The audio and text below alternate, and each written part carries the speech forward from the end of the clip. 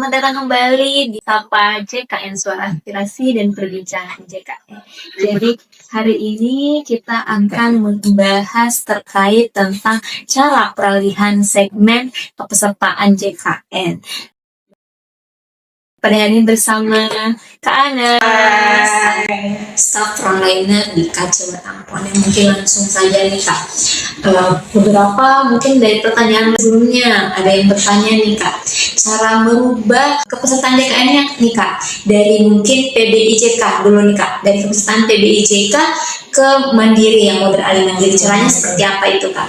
Oke, jadi pertama kita harus mengetahui bahwa dalam program JKN itu ada beberapa segmen kepesertaan TRI. Ada peserta PBI dan ada juga peserta non PBI.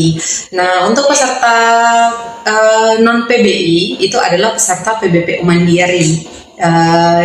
Peserta PPU dan juga peserta BP. PPU itu peserta penerima upah, BP itu bukan, dia adalah seperti pensiunan. Nah, pensiunan TNI, Polri, pemberi kerja dan sebagainya. Nah, kemudian untuk kepesertaan PBI itu ada dua, ada peserta satu saja sekarang ya, mohon maaf teman-teman, ada satu yaitu peserta PBIJK. Nah, kemudian untuk peserta PBPU itu tadi saya ralat peserta PBPU Mandiri dan peserta PBPU Pemda.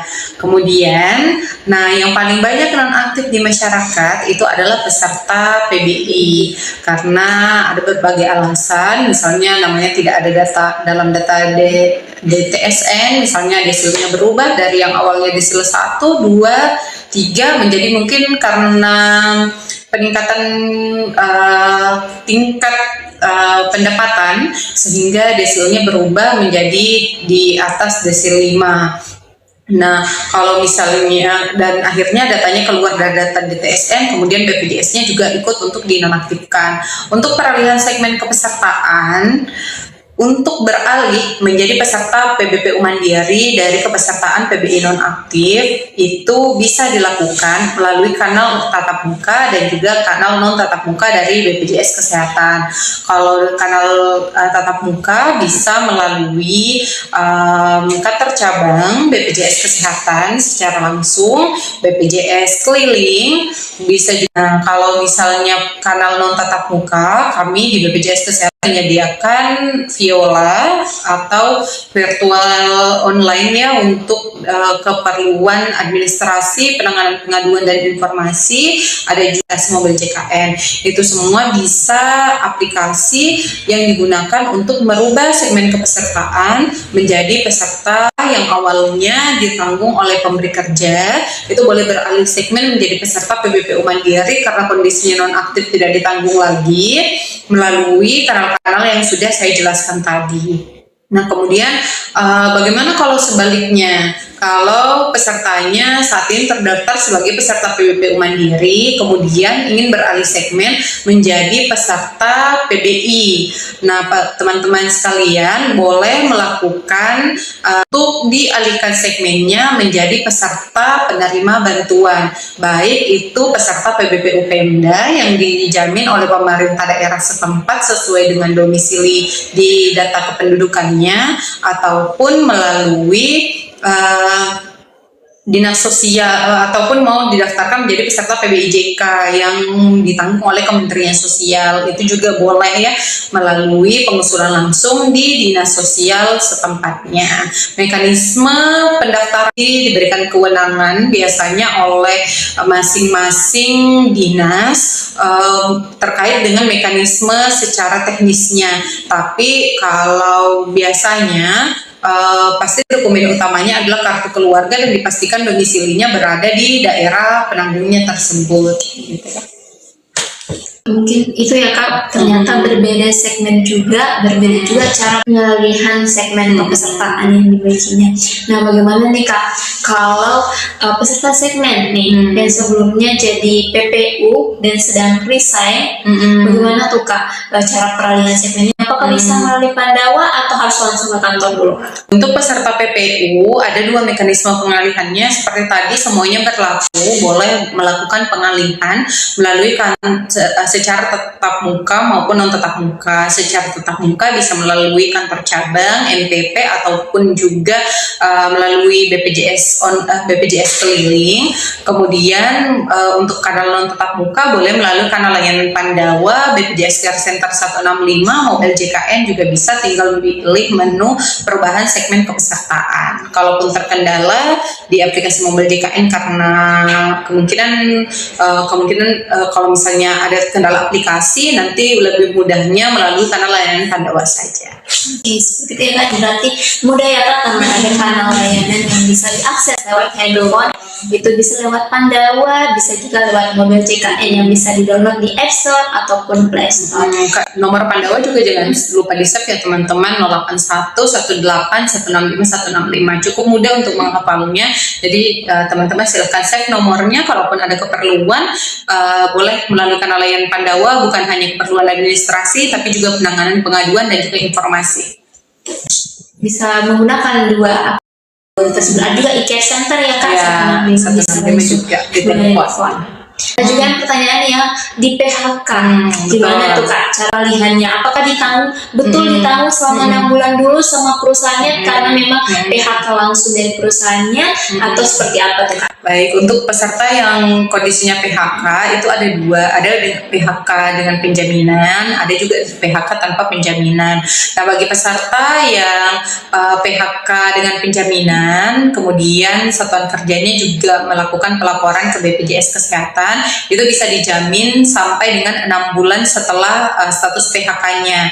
Jadi silahkan bagi teman-teman mungkin yang di sini ada kondisinya PHK, itu dengan penjaminan ya, berarti bisa dijamin sampai dengan 6 bulan. Silahkan melakukan pelaporan tiap bulan ke BPJS Kesehatan untuk dilakukan reaktivasi kepesertaan PHK dengan penjaminannya, dengan melampirkan keterangan bahwa pesertanya belum bekerja, dan itu terkhusus bagi peserta yang pada saat itu belum bekerja setelah PHK-nya. Jadi nanti dibuatkan surat pernyataan, disilakan ditandatangani, kemudian di berkas tersebut dibawa ke kantor BPJS untuk dilakukan reaktivasi tiap bulan. Jangkanya 6 bulan ya setelah dia di PHK. Oke, berarti emang ditanggung ya Kak, memang kalau yang penjaminannya sebelumnya ditanggung juga.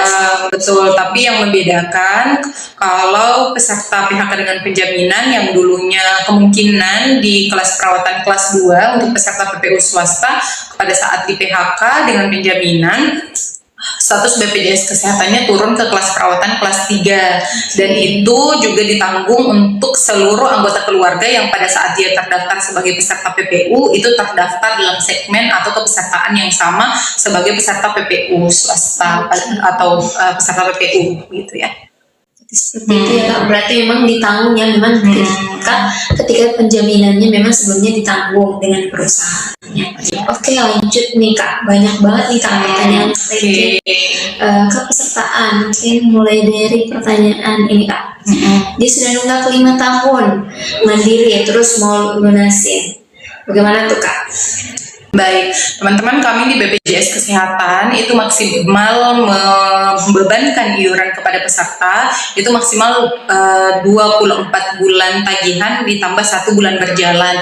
Jadi kalau misalnya pesertanya sudah nunggak 5 tahun, yang kami tagihkan itu adalah 2 tahun pada saat awal menunggaknya sampai dengan ditambah 1 bulan berjalan saat ini. Sedangkan yang 3 tahun lebihnya itu tidak perlu untuk dibayarkan, jadi secara otomatis sebenarnya sudah diputihkan, begitu ya.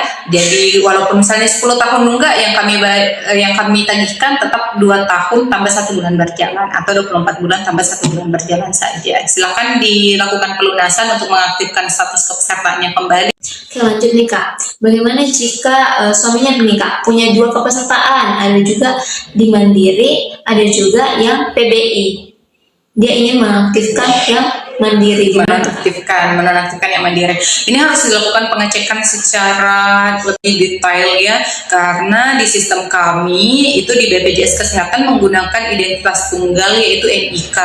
Kalaupun kepesertaannya sebelumnya dia peserta PPPU Mandiri, kemudian dia ada peserta PBI-nya, otomatis kepesertaan mandirinya itu terhenti karena dialihkan segmennya secara otomatis menjadi peserta PBI. Nah, kalau kondisinya sama-sama nonaktif, harus kita lakukan pengecekan datanya dulu. Apakah ada dua double kependudukan sehingga ada dua kepesertaan? Kalau ternyata ada double kependudukan, berarti salah satu NIK-nya itu harus dinonaktifkan dulu ke Dinas Dukcapil, kemudian melakukan pelaporan ke BPJS Kesehatan untuk dinonaktifkan kepesertaan PBPU mandirinya. Itu bisa. Kalaupun ternyata ada juga kondisi di mana dia terdaftar sebagai peserta PBPU Mandiri, NIK-nya kosong. Nah, kemudian beralih dia di kepesertaan PBI-nya, NIK-nya itu terisi, tapi masih terbaca, masih aktif kepesertaan mandirinya. Silakan melakukan pelaporan ke BPJS Kesehatan untuk dilakukan penonaktifan salah satu kepesertaannya. Kemudian setelah itu akan kami lakukan penyesuaian, rekonsiliasi tagihan atau penyesuaian tagihan sesuai dengan kapan dia terdaftar sebagai peserta PBI. Jadi yang dibayarkan tagihannya kalau kondisinya dia ternyata menunggak, yang dibayarkan adalah tagihannya sebelum peralihan segmennya atau terdaftar di segmen PBI-nya. Oke. Gitu, Tri. Berarti memang harus dicek secara. Iya, betul, karena beda-beda kondisinya. Kalau ternyata NIK-nya biasanya tunggal, datanya valid, kalau dia sudah terdaftar sebagai peserta PBI, otomatis kepesertaan mandirinya terhenti karena sudah dialihkan. Dialihkan ke peserta PBI. Jadi mungkin Kaknya bisa nih langsung mungkin ke kantor BPJS Kesehatan terdekat untuk mengecek lebih lanjut terkait data kepesertaan JKN yang dimilikinya.